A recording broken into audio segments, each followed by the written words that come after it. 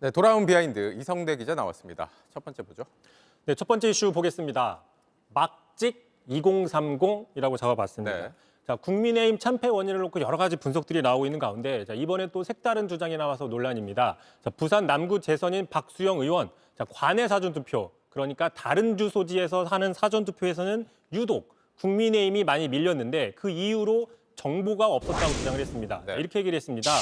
이 유권자들의 문제가 자기가 투표할 사람이 누군지 모르고 투표를 하는 가능성이 높다. 공보물도 받아보지 못하고 또 후보자 유세를 본 적도 없고 그 흔한 명함도 한번 받아보지 못했기 때문이다라고 분석을 했습니다. 네, 이 관외 사전 투표라는 게 그러니까 우리 동네가 아니라 그렇죠. 다른 동네에서 사전 투표를 했을 그렇습니다. 때 이럴 때는 후보자 정보가 좀 없을 수 있다. 뭐 이런 얘기입니까? 그렇습니다. 그래서 이제 정보를 좀 많이 주자 뭐 이런 일반론적인 주장이면 큰 문제가 없는 것이죠. 네. 근데 문제는 이 관외 투표자가 상당수가 군인, 대학생 또는 2030 직장인들, 부모를 떠나서 외지에서 사는 2030 직장인들이라고 주장했기 때문입니다. 네. 결국 관외 투표자들, 후보가 누군지 모르고 찍는 사람들, 다시 얘기하면 2030 세대가 후보를 모르고 그냥 투표한다라는 식으로 해석이 되기 때문에 네. 청년 비하 논란이 나오고 있는 겁니다. 그렇군요.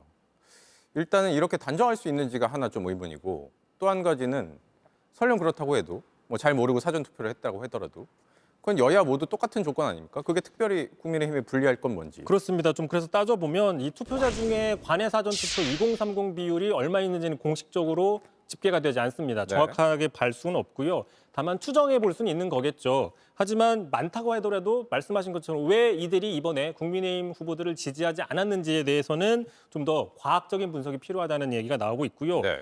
투표율을 높이는 방법에 대해서도 얘기를 했는데요. 한번 보시겠습니다. 주소지에 공보물을 보내주거나 이메일로 보내주거나 이도저도 아니면 KTX를 타고 집에 와서 투표하게 만들자라고 제안을 했는데 KTX 타고 고향의 부모 집에 가서 투표하게 만든다. 가시겠습니까?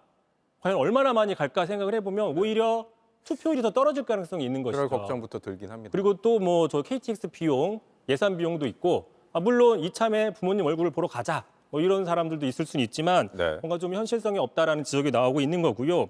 무엇보다도 이런 얘기가 나오고 있습니다. 후보를 잘 모른 채 투표를 한다. 바꿔 얘기하면 후보를 잘 알면 국민의힘 측이 이번에 지지를 많이 받았을 것이냐. 이것도 한번 따져봐야 된다는 지적이 나오고 있는데요. 이런 주장을 하고 있는 박수영 의원 누군지 저희가 지난번에 한번 돌비뉴스에서 얘기한 적이 있습니다. 네. 이번 총선 참패라고 얘기하는데 박수영 의원은 아니다. 의석이 5개 늘었다.